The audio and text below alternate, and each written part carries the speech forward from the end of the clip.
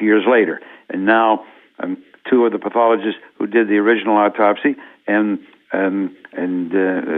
forensic photographer, another person go in, and now they are doing their inventory a year and a half later. And guess what?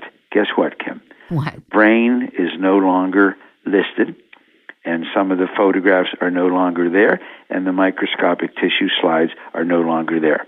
I exposed that. It was August 27th, 1972. It was a page one story by Fred Graham of the New York Times. He, at that time, was a major reporter with the New York Times, and he had helped me gain access. They were trying to stall and keep me out of the National Archives, and so I had established that relationship with him, even though we had never personally met. So he had the exclusive story, so to speak. And it's page one, Sunday edition of the New York Times, in which I said and listed all these things that I've just told you. And so here we are, 2012, 40 years later,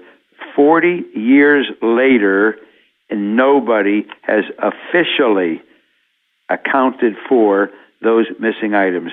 Oh, there'll be people, and there'll be people calling in or sending you internet messages or whatever and so on. Oh, they know this and they know that, and did the Kennedys do it, and so on and so forth. Fine. You ask them to point out and to show you one document that ever states that the Kennedys or anybody else took it. You will find there is no such document of record. None whatsoever. So people are free to engage in whatever conjecture they wish. The point I'm making is that there is no such record, there is no such memorandum or legal document of any kind. And if it were the Kennedys, then how come, they would have had every right to do that if they wanted to bury the brain with the body, which had already been buried. That was their prerogative.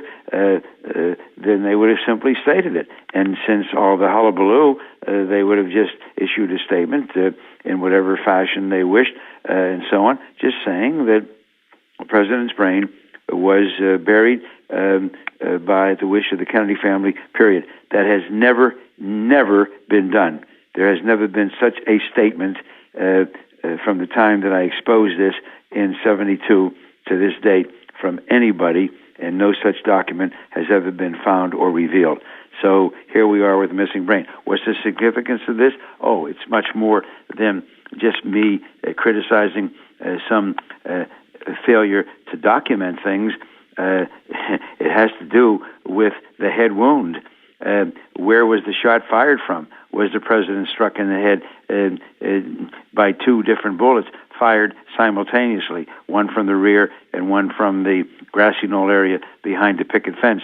That's what it's all about, you see. And that is why, in my opinion, that brain was not sectioned, because the fixed brain sectioned would have revealed the hemorrhagic tracts as the bullets moved through the brain. And to this day, we have the raging controversy that ties in with so many things, the movement of the president's body in the car, as shown on the Zapruder film, being struck supposedly by a bullet fired from the rear, a military type of ammunition hitting him in the back of the head, and yet he is driven backward and to the left. He's not driven forward, he's driven backward and to the left, with a bullet impacting with that kind of force in the back of his head. And many other things that we don't have time to get into. But this is the significance of the missing brain, and as well as the missing slides, microscopic tissue slides, and the missing photographs. And that's why, the JFK assassination, as far as I'm concerned, remains unanswered, unsolved, and last I heard, 75% or so of the American public continues to reject the Warren Commission report and the cockamamie single bullet theory, which holds that one bullet produced 7 wounds in 2 men, and broke 2 ribs, broke a rib extensively in Governor Connolly, shattered the distal end of the radius, one of the 2 large bones going from the elbow to the wrist in Governor Connolly, did horizontal and vertical gyrations that would make the most exciting, thrilling roller coaster ride in America green with envy, and yet emerged near pristine with a total weight loss of only 1.5%, essentially intact. That's the single bullet theory that they came up with, the Warren Commission report, in order to hold Oswald in as a sole assassin, because otherwise they would not have been able to have all the wounds inflicted in the amount of time that was set forth clearly in the Zapruder film, which was a kind of a chronometer that could tell exactly what happened at 1/18 second intervals as the film was studied. 1/18 second intervals. I had the opportunity to study the Zapruder film at Life magazine headquarters in 1965 in New York City. And there you go around the table in snake-like fashion, and you go from one picture to another, and you study the assassination of President Kennedy and the wounding of Governor John Connolly at 1/18 second intervals. Just think about that. And that's what, of course, the Warren Commission had done 2 years before. And to their horror, I wasn't there, but to their horror, I can just imagine. They said, oh, my God, how can that be? Because it takes 2.3 seconds from shot to shot for the top gunman in the country to get off that Mannlicher Carcano piece of junk, non-automatic carbine rifle. How could this have happened? And that's when Arlen Specter, later to become senior U.S. Senator from Pennsylvania, at that time junior legal counsel, came up with the idea of one bullet producing 7 wounds in these 2 men, as I've said, the single bullet theory, which I dubbed a long time ago as the magic bullet theory. A very magic bullet indeed. Weren't you scared when you were putting forth something so different on a forensic level that you were revealing foul play? Weren't you concerned for your well-being and your family's well-being? Seriously. Well, back then, there were some trepidations, of course. I mean, it would be natural. Those trepidations probably were suppressed by virtue of my youthfulness and the cockiness that goes with youth, right?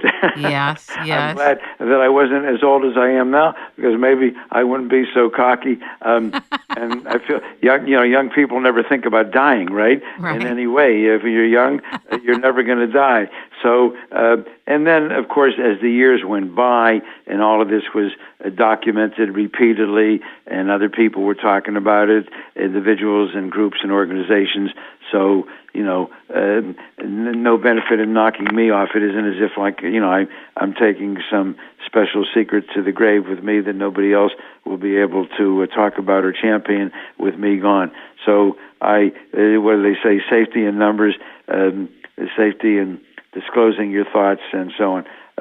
Let me say this as a kind of a corollary to what you asked, more than physical. How I did pay a price. I paid a heavy price over the years.